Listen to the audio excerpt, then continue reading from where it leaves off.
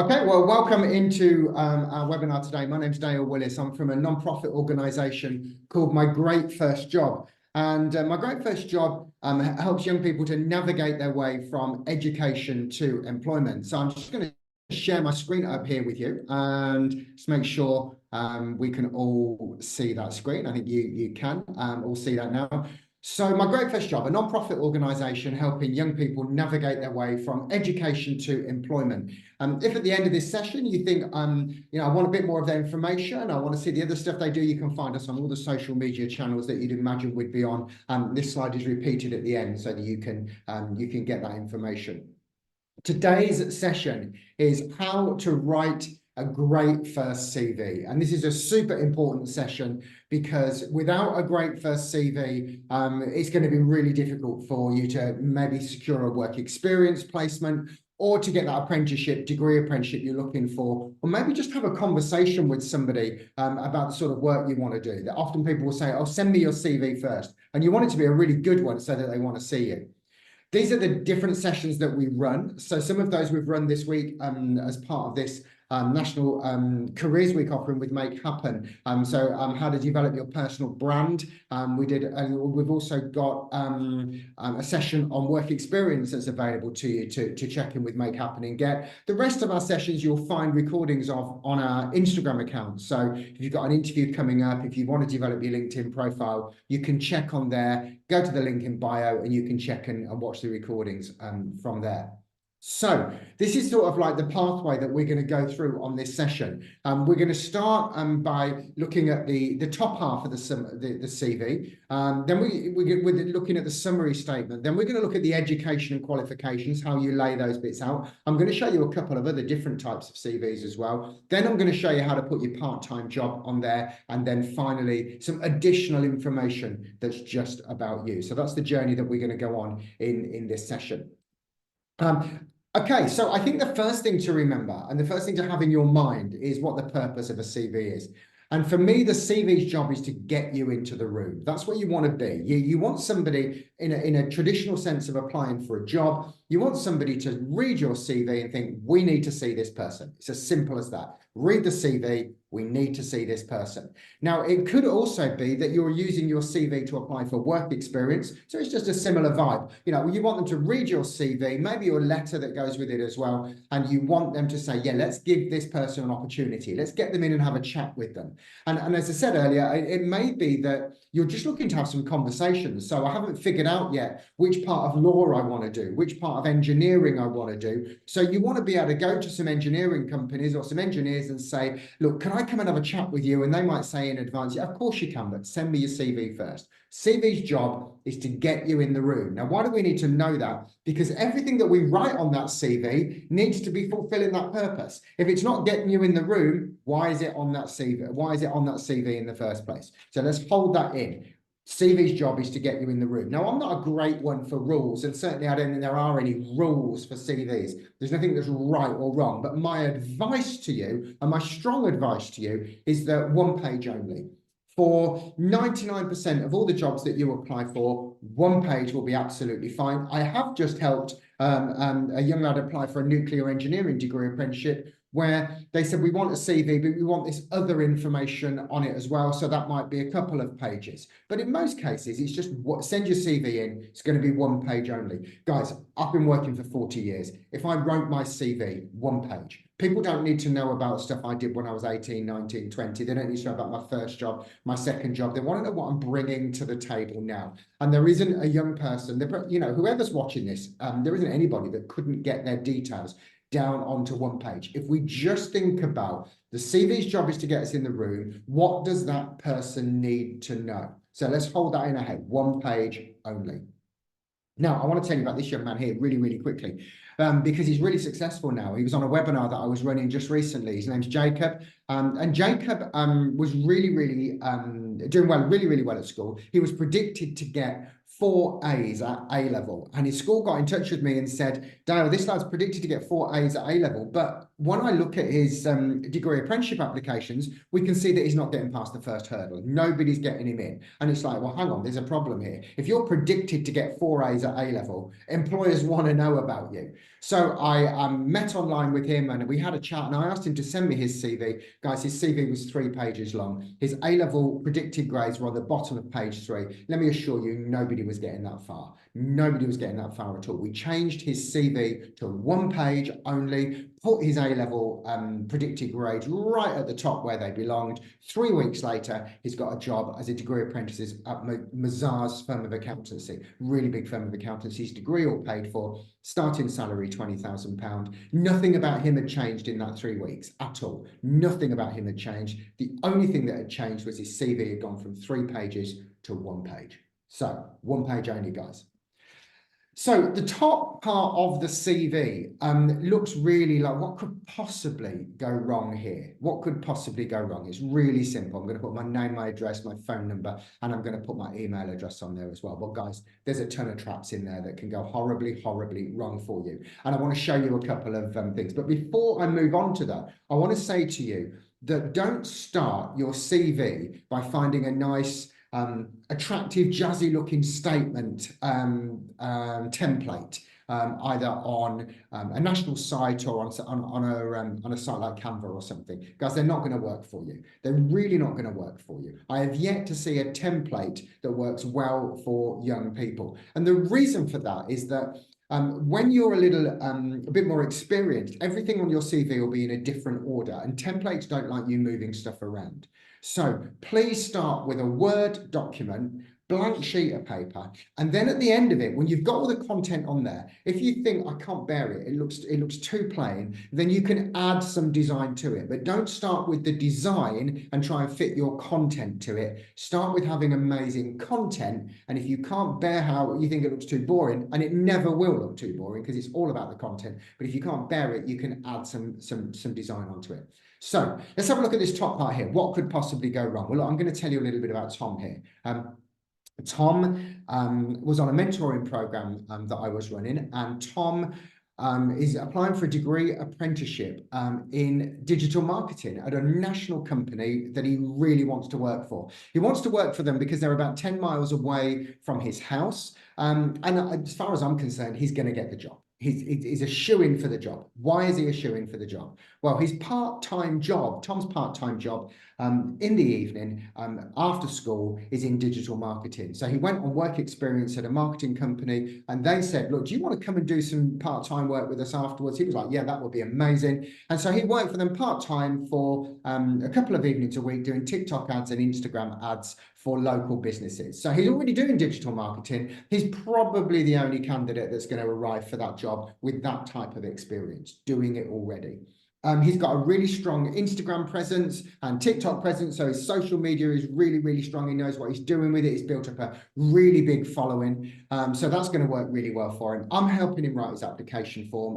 I will be helping him prepare for his interview. This is going to, as far as I'm concerned, he's going to get this job, except he didn't. He didn't get the job. And the reason Tom didn't get the job was not because he didn't do well at his interview or his application wasn't good enough or his CV wasn't right. The reason he didn't get the job was because they emailed him to invite him in for an interview and he didn't see the email. He did not see the email. Why didn't he see the email? Because his email inbox is clogged up. If you're watching this on record, just press pause at this moment. Go to your email inbox, not your school one, your personal one, and just have a look how many unread emails you've got. Sometimes it will just come up saying 99 plus, so you need to dig in a bit further. Listen, if you've got more than 40 or 50 unread emails, let me suggest to you that when a company emails you, you're not going to see it. I go into schools all the time, and it's really not unusual for people to have more than 10,000 unread emails. The most I had recently was 31,000, 27,000, 25,000, pretty common. Look, if you've got thousands of unread emails because everything you've ever subscribed to, whether it's still back in the day, Minecraft, Xbox, ASOS, Boohoo, Pizza Hut, Amazon, Everything you've ever subscribed to, when a company emails you, you're not going to see it. Why are you not going to see it? Because you don't communicate by email. That's not so you're not checking it all the while. And that's exactly what happened to Tom. He didn't see the email. And he came up to me and he said, Dale, I've just found it. They emailed me 3 weeks ago and invited me in for an interview. And what can I do? And I don't think there's much you can do at all. What you could do is message the company and say, I'm so sorry, I've only just seen it, and just see if they want to do anything with it. And they were like, I'm really sorry, we've moved on. So now Tom's an amazing candidate, and he's now, as a result, moved on to other applications and got an amazing degree apprenticeship where he's doing brilliantly. But he didn't get the one he originally wanted because he didn't see the email. This is Aisha and me in a Starbucks celebrating because Aisha has just found a work experience placement. She wants to do a work experience placement for 6 months if she can. So it's a paid one before she starts university to do law. And she's emailed a local firm of solicitors, and they didn't have any vacancies, but on their website it said, if you can't see any vacancies that work for you, then email us your CV and we'll let you know when something comes up. Guys, they rang her 4 times, 4 separate days. She finally picked the phone up on the 4th time. Because what I also know is if, I don't have all of your numbers, obviously, I don't even know who's watching this. But if I did and I rang you at 4:30 today and my number came up on your phone and you don't have it saved, obviously, I'm not withholding my number, but you don't have that number saved. I know again, when I go into schools, probably 75–80% of people will not pick the phone up and will say to me, no, I'm not taking a call from somebody I don't know. And then I'll say to them, yeah, but would you listen if I left you a voice message? And they're like, I don't think so. I don't listen to my voice messages. So let me take you back here. We've got our name, we've got our address. Look, guys, they're not writing to you. Nobody's writing you a letter to invite you for an interview. So they're going to give you a call, but you're not going to answer the phone. They're going to send you an email, but you're not going to see the email because you've got 10,000 unread emails. This isn't going to work, is it? The way that you communicate and the way that they communicate is completely different. They're not going to send you a Snapchat message, are they? They're not going to message you on Instagram and say, hey, do you want to come in for an interview? Unless you've initially contacted them that way. So what can you do about that? Because the way you communicate is over here, the way that employers communicate is completely different, but they've got the job. So what you need to do, I think, in my opinion, is if WhatsApp is a platform that you use regularly and you use that more than texting, then you might want to put on, after your phone number, put WhatsApp there. You could even put a little plus sign before it. It sort of gives permission to the employer to say, yeah, you can WhatsApp me if I don't pick my phone up.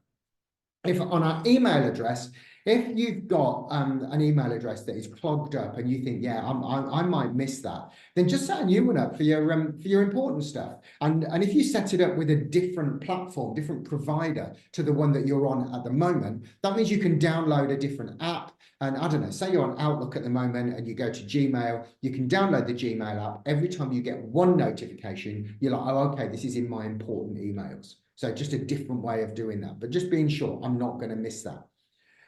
For practicality on here, I would normally put my name in bold. If I was typing somebody's CV up for them, I would be putting my name, their name in bold and probably 16 size. The rest of the CV, everything else on the CV, I'm probably going to put in 12, maybe 13, but probably 12. And I'm going to keep the same font all the way through. And I'm just going to bold the bits. I'm not going to put bigger bits in there because I want to keep it to one page. So the subheadings are going to be in bold. So just to recap this part, bold and 16 for the name, everything else, same font, everything else, 12. Let's see where that takes us. Think about your email address. Think about how you want employers to contact you. That's that there. Okay, so now the next part of your CV underneath this is going to be a section called personal summary. And this, you're going to have a subheading of personal summary, and then we're going to type a summary. I want to show you a summary. Let's skip past these guys here. I want to show you a summary that's pretty common. This is what I get sent most times. And indeed, this is one that was sent to me by a young lad last June. And this is really typical. I'm an enthusiastic, hands-on learner who is eager to experience, understand, and improve. I'm able to communicate with adults and children at all levels. I'm open, approachable, supportive. I work well in a fast-paced environment. I'm motivated and flexible, able to work on my own as a team member. I've got a positive personality and attitude, and I enjoy watching Formula One. Okay, so really, really, really typical. And he was sending this out and wasn't getting as far as he'd like to with his job applications. Now, the thing is, have a look at that. And, you know, and again, we're not live because you're watching this on recording, but what job does that person want? You know, it isn't actually possible to know. They talk about adults and children at the top, so maybe it's something to do in education, I'm not sure. They talk about enjoying watching Formula One. Is that important? I'm not sure. But the rest of it is just saying, hey, I'm enthusiastic, I'm eager to experience, I can communicate, I'm fast-paced, I can work in a fast-paced environment, I'm motivated, I'm flexible. So when we talked at the beginning, we said that the CV's job is to get you into the room. I'm going to suggest to you that right now, that let's take that first sentence. I'm enthusiastic, hands-on learner who is eager to experience, understand, and improve. I don't think anybody is going to, at the end of that sentence, say, hey, we need to get this guy in. We need this person in. Because who is going to say the opposite of that? You know, nobody is ever going to write, I'm not very enthusiastic, I'm not very eager to experience, I hate improving, and I'm not great at understanding stuff. Carrying on, I'm not able to communicate really with people, I'm not very approachable, I'm not very motivated, I'm not very flexible, I'm not very positive. Nobody is going to say the opposite of those. So they have no value, no currency. If you're good at communicating, I'm going to figure that out when you come for an interview or when we have a phone call or a video call. But I'm not going to get you in for an interview because you've told me that you're enthusiastic. So we need to do a better job in this personal summary of thinking what is going to excite that employer and make them want to read the rest of the CV. Also, you know, just while we're here, we don't know how old this person is. We don't know what sort of level they're applying for. We don't know if they're 30, 40, 18, 16. We've no idea. We've no idea how old they are. We've no idea what they're looking for, but we know that they think they're quite keen. Let's have a look at what we changed it to. This is the same person. I'm 17 years old and I've just completed level 3 technical extended diploma in engineering technologies. Now, we didn't know what job he was applying for, but he's applying for a degree apprenticeship in engineering. So now let's read it. I'm 17 years old. Great, the right age for this thing. You know, I'm looking for people straight from A levels. I've just completed level 3 technical extended diploma in engineering technologies. Brilliant. Good. Even at the end of that first sentence, I'm like thinking we need to get this guy in because he's achieved at a level 3 in a engineering background. So that's going to be super relevant. Oh, hang on. Look at the next sentence. I achieved a distinction star grade across all elements of the course. I achieved distinction star grades across all elements of the course. I'm barely going to read the rest of the CV because now I'm excited. Right, we've got somebody just finishing sixth form college. We've got somebody just finishing sixth form. We've got somebody who's done an engineering qualification, and that person has got distinction star grades across all elements of the course. We don't know that from this at all. We just know that they're good at talking to adults and children, enjoy talking to lots of different people, and they're motivated. That's what we need to know. I'm looking for a degree apprenticeship in engineering, manufacture, or mechanical engineering. Brilliant, because that's what I've got. So I'm going to match that to the job title every single time, and I'm going to be clear. Or it could be, I'm looking to have a conversation about work experience. I'm looking to develop a network of people in IT. Whatever it is you want the person to do with that CV. And then the bottom part then is, what else are you bringing to the table? Now, in this lad's case, it's I'm a car driver and I'm available to start immediately. It might be, I've just completed Duke of Edinburgh Gold. I'm captain of my school football team. I'm on the student leadership team. Whatever else you think you might be bringing to the table that you think, oh, it's on my CV a bit further down, but I don't want them to not get there and to not see it. So I'm going to flag it up here. So for me, that summary statement is going to have 4 pretty short sentences. One, that this is me. So that positions you. I'm 16 years old. I'm 16 years old, currently doing my GCSEs at such and such a school. I'm 17, 18 years old, currently doing my A-levels, predicted to get amazing grades. Whatever it is, let them know the key thing about you and how old you are and what you're doing right now. Then the second thing is about the second sentence is really about what you're bringing to the table. It might be, I'm predicted to get these amazing grades for my A-levels, and before that, I got 10 GCSEs, all at grade 6 and above. That might be what you're saying. Or it might be that you're saying here, this is an IT job I'm applying for and I build my own computer. So it might be in here that I'm saying, you know, last year I bought all the components and built my own computer, which I use at home. That would be super important. Or it might be, if it's an engineering role, and I've got my own motorbike and I do all of the maintenance on it and I run it in a motocross thing. You know, what do you think you're bringing to the table? Sentence 2. Sentence 3, what you're looking for. What do you want the person to do when they've read the CV? What do you want them to know you're looking for? And then sentence number 4 is this. Oh, and here's another thing. It's often not going to be an academic thing. It's going to be something that's like, you know, as I sort of said a moment ago, about my Duke of Edinburgh or my football, or I've got a part-time job, you know, just another highlight. So think of this as your 6-second highlight reel. This is the top bit of your CV. I've read your address and stuff, so I can see where you live, and I've got a vague idea that, you're going to be able to get here. Now I'm looking and I'm thinking, right, this is the highlights reel. I want to be excited at the end of that. After 6 seconds of reading this, I want to be excited about reading the rest of it. So it could be, I'm 18 years old, I'm currently studying for A-levels in biology, psychology, and geography. I'm predicted to get an A grade in each subject. I'm looking to start a degree apprenticeship in engineering after my A-levels. I've got a full driving license and my own car. Nothing about how you think you're a good communicator, you're a good team player, you're a good this, you're a good that. We'll figure that out when you come in for interview. Don't not tell me about your amazing A-level grades and tell me about you think that you can talk to people instead. Those are the things that I need to know about. So there we are. We've now got our personal summary done. Let's move on to education. So that's going to be the next part on your CV. Now, this is where it goes a bit wrong for you if you're using a template.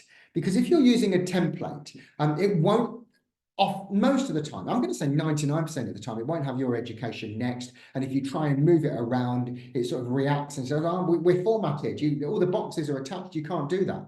Now, for you guys, if you're at school or at college now, and you are going to be talking about your qualifications, then that is more than likely, in most cases, going to be the next part on your CV. But in 5 years' time, it will be one line at the bottom. In 5 years' time, if you've done an apprenticeship and you've got a job and you're doing stuff, your education will be one line at the bottom that says, you know, I gained 10 GCSEs and 3 A-levels. You won't be talking about it anymore. You'll be talking about what you've done. But right now, the biggest thing that you've got is your education. So, excuse me, let's look at how we're going to lay that out. I want to give you a couple of examples of how you can do that. So the first example here would be, takes up quite a lot of space. Remember, we're looking at one page. It takes up quite a lot of space on there. So what we're looking here to do is if you haven't got any work experience, part-time job, done any volunteering. So if in that whole employment work experience box, you're thinking, I've not got much to go in there. And maybe I've only got a couple of things that I can put down as interests, hobbies, achievements. Then you might be thinking in a minute, I haven't got much to go on my CV. So we're going to put our qualifications vertically, and that means that you're going to take some space up. So vertically, if you haven't got much else to say, I'll show you the other way if you have got much else to say in a minute. But while we're here, let's have a look at some things here. I don't need to know all the schools that you've went to. So just the school that you're at the moment, that will be fine. I don't need to put that you were in the 6th form doing your A-levels and you was in the regular part of the school doing GCSEs. That's not going to get you a job. CV's job is to get you in the room. So just tell me the school and when you were there. And then let's move on to A-levels if we're dealing with A-levels or BTEC level 3s, put those in here. You can put predicted grades on if you want to, you don't have to. You really don't have to. And let's just talk about predicted grades for the moment, because if you're applying to UCAS, then your predicted grades are agreed with your school. But if you're applying for, if you're putting them on a CV, if you're applying for other stuff, then you don't have to agree those with your school. But you want to be really sensible about it, because you don't want to be putting down, I'm going to be getting 3 Bs if you think, do you know what, 3 Ds would be a stretch for me, because you don't want an offer based on what you can't achieve. So you're going to put your A-levels on here. You're going to put them in grade order. So we're always going to go with our best stuff first. And then as you can see with our GCSEs underneath it, we've got 9s, 8s, then 7s, then 6s, then 5s. If you've got, I think, more than 4 or 5 GCSEs at grade 4 and above, you don't need to put any 3s on if there was a subject you wasn't great at. Sometimes people will say to me, look, all of my GCSE grades are quite low. Well, then don't put them on if you don't want to. Just put, I've completed these GCSEs. The CV's job is to get you in the room. You might have to deal with a question about it when you get in the room, but once you're in the room, you're further down the line. You're able to use your personality. You're able to meet people, and you're able to talk to them and engage with them and connect with them. And it's more difficult to do that, much more difficult with just a CV. My advice around BTECs and any other qualifications, CTECs as well, and any of the finance ones, is to put them separately. Don't think, oh, Miss told me that an ICT level 2 merit is worth a 6, so I'm going to put a 6. Because if you have to hand the certificate in at some point to get exemption from a course or a program, then you're going to say, you've said it was a 6. Oh, but it's a merit. Yeah, well, it's like a 6. Oh, now I'm thinking, I wonder if there's anything else on the CV that's not right. BTECs are great qualifications. You don't need to pretend they're anything else. So put them separately in there. You can put them above or below your GCSEs. If I was applying for an IT role, I might put it above my GCSEs rather than below it. So there's the things there. So qualifications, grade order, A-levels first or BTEC level 3s first. We read a document from the top to the bottom. So make me realise straight away that you're that level of student. Then our GCSEs and BTECs, or BTEC level 3s are going to go with A-levels as well. And can you see how I've moved the grades out there? So don't put that 9 right next to the S in maths and then the 8 next to the E in English language. Really difficult to read. Set those grades out and move in. Don't use the space bar. I'm just going to click on a moment. Use use this one here. And this is the tab key, and I can't show you live how to do that because I'm not in your room. But if you don't know how to use the tab key, then just jump on a quick YouTube video to do that. But it will line everything up, because if you use the space bar, and I'm going to show you the second example now. If you go down to English language and English literature on here, and they're just, those 8s just don't line up with everything else. And that's because I've used the space bar, not the tab key. So always use the tab key to separate those grades out. Now, this is the other way then. So if I've got some content to talk about and I'm like, this is going to go into 2 pages, I'm not going to go with this vertical thing. I'm going to use some fewer space up here. So I might put my A-levels and BTECs in a line across here, horizontally. And then my GCSEs, I might put in columns. Now that BTEC level 2 in ICT could still go on a right-hand side. There's still room for that to go over there in a column there. I wouldn't put them in a table. I wouldn't put grid lines around them. I wouldn't put brackets around the grades. I'd only do that if I was doing it horizontally. I'd just have them there so that the grades can be seen. So you've got one way here of labeling them if you haven't got much other content to put on there, so you don't end up with like half a side of A4 for it. And then this way here is, oh, hang on, I've got a part-time job, maybe done some work experience. Yeah, I get involved in stuff at the weekend, so I'm going to need a little bit more space here. So we talked about the tab key. Let me talk to you about this CV here. So just a couple of other different ways of doing stuff, really visual way of doing it. Now, you might look at this CV initially and think, oh, I wonder if this is done by a young person, but it absolutely isn't. It's done by somebody in their 40s who is a director of a renewable energy project. And he sent this to me when he saw that we were running a CV workshop, and he said, can I send you my CV? Because I think, it might be quite interested to have a look at it.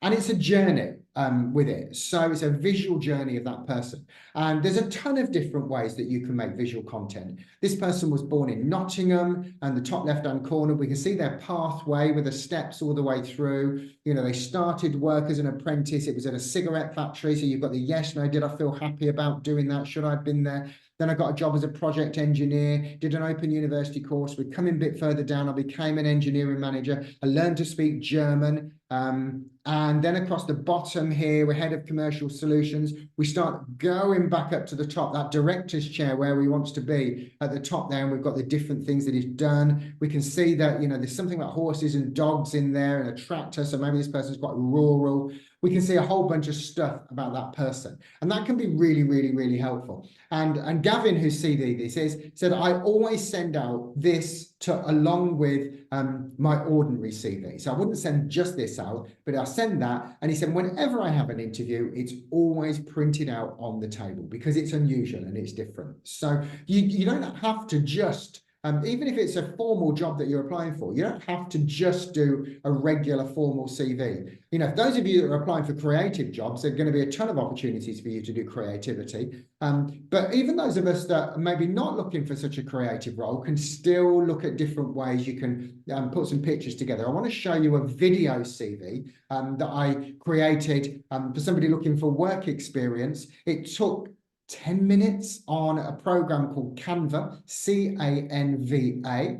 You just go onto Canva, free, and create a resume, because I think it's Australian, so R-E-S-U-E-U-M-E instead of CV. But let me just show you this. We'll just click through this video.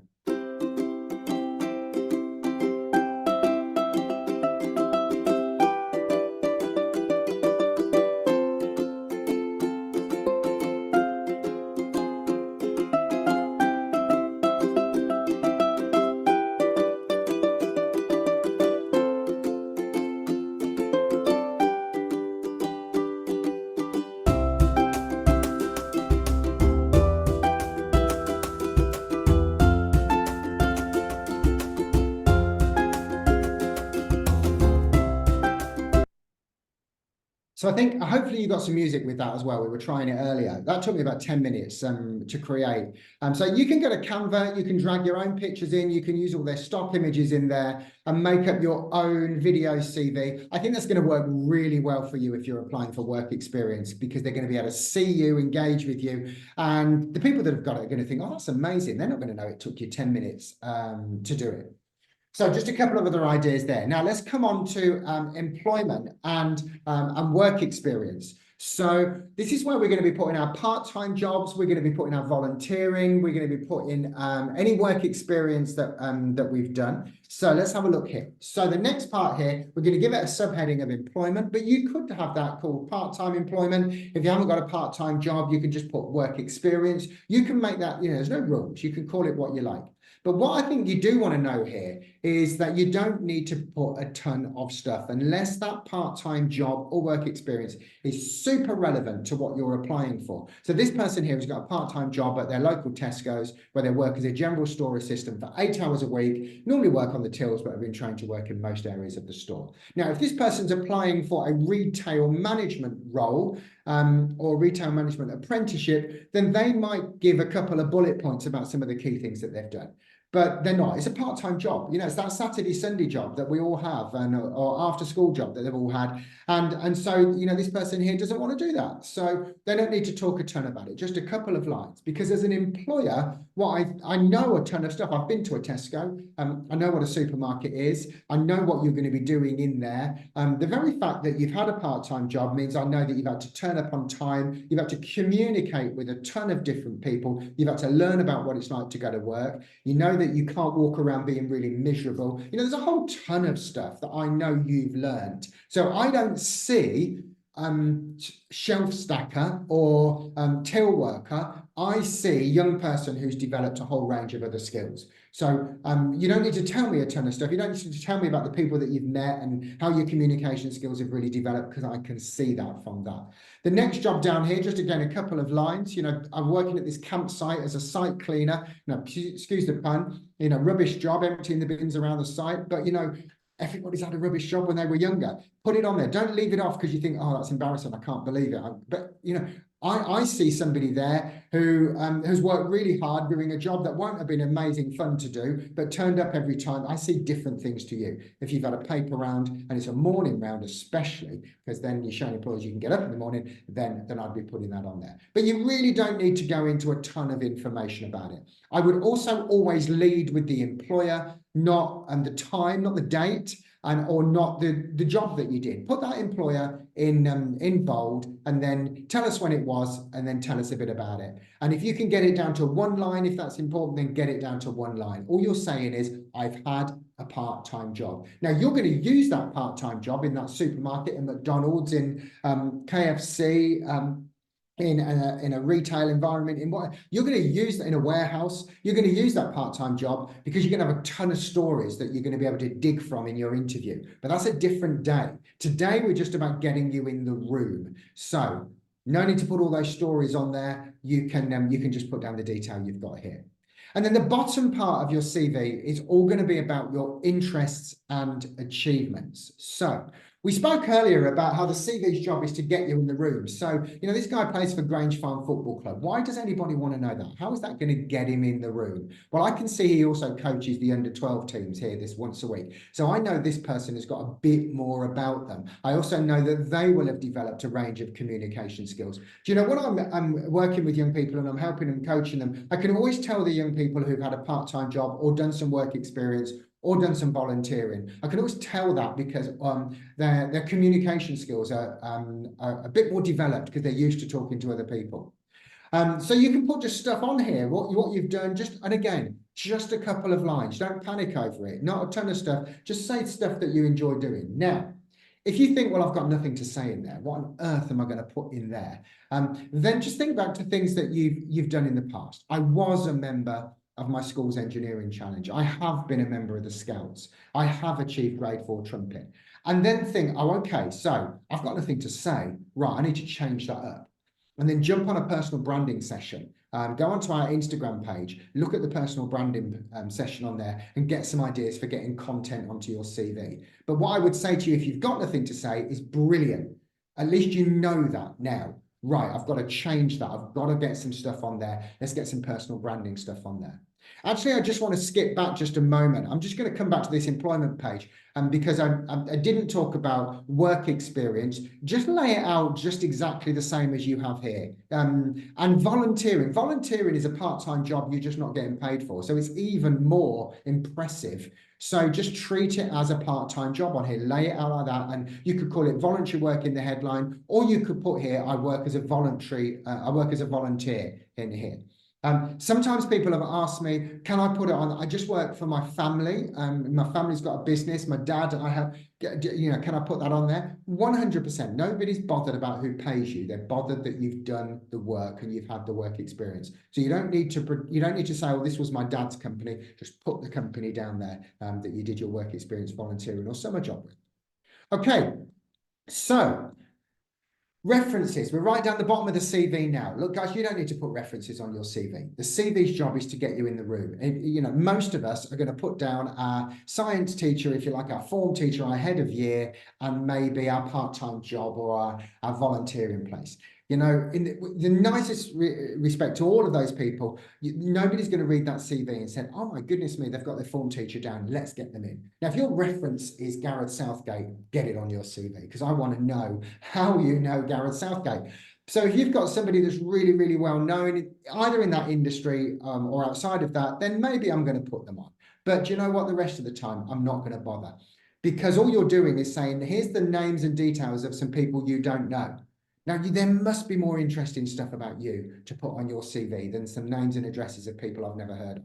So don't worry about putting references on there. Never waste space, ever, with references can be supplied on request. That's like saying, if you ask me the names of some people you've never heard of, I'll tell you.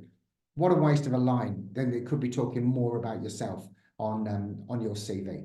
Now, I know that some people will think, well, that's great, Dale, but halfway down my CV, it stops because I haven't had a part-time job. I've not done any volunteering. I've not had any work experience. I don't do anything at the weekend. I've got to get that all fixed, but I've got to apply for a job next week. In which case, put some references on, make sure you've asked them first, but work really hard at getting those off. Work really hard at having better things to say about yourself than here's some people you've not heard of.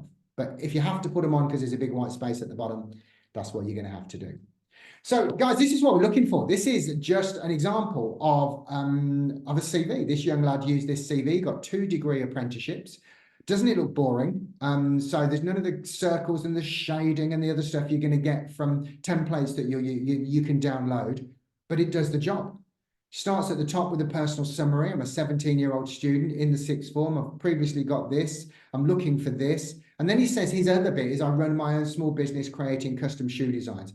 I think he would, people would bring in their old white trainers and he'd clean them up and then put some designs on them, sell them on Etsy, that sort of thing. Look at the space for education. That's super important. It's almost a half, not quite half, almost a half of the CV. There's space in between it all. We can see it because it's the most important thing. Now, in 3 years' time, if George does his CV again, it will be 1 line. because that space will be taken up by the job he's doing and the experiences he's had. So, but I want you to see how much space is taken up. Then his part-time employment. He works at the local rugby club. One line, waiter in corporate boxes. I don't want to be a waiter. I don't want to work in hospitality. So I'm just showing you I've been to work. Delicious catering, waitering at weddings. One line. Then in his interest, he talks more about his shoe customizations business, but he's introduced it at the top of the CV because he doesn't want you to not see it at the bottom. And then he's got 1.5 lines on his football. So if George had said to me, Dale, I can't bear it, it's too plain, I can't bear sending it out, well, I might have said to him, well, look, you could put a border on the top and the bottom of it of a blue line or something. And you could maybe put the headings in blue rather than black. It's not going to make a scrap of difference. Nobody is going to bring you in for an interview because your education section is in blue and you've got a blue line on it. The content is king. The content is king. If you haven't got great content on there, spend less time trying to find a template and more time trying to think, right, what have I got to do to get some content on this CV so it really works? Guys, that's it. I hope you have found the CV session on here helpful. It's not really complicated, is it? It's straightforward, factual information about you. If you want to revisit any of our content, you can find My Great First Job on Instagram and on TikTok, on LinkedIn and on Facebook. So you can check out any of our sessions on there. I hope you've got some value from the session today and that you're able to make a CV that works for you and is going to get you in the room. I'm going to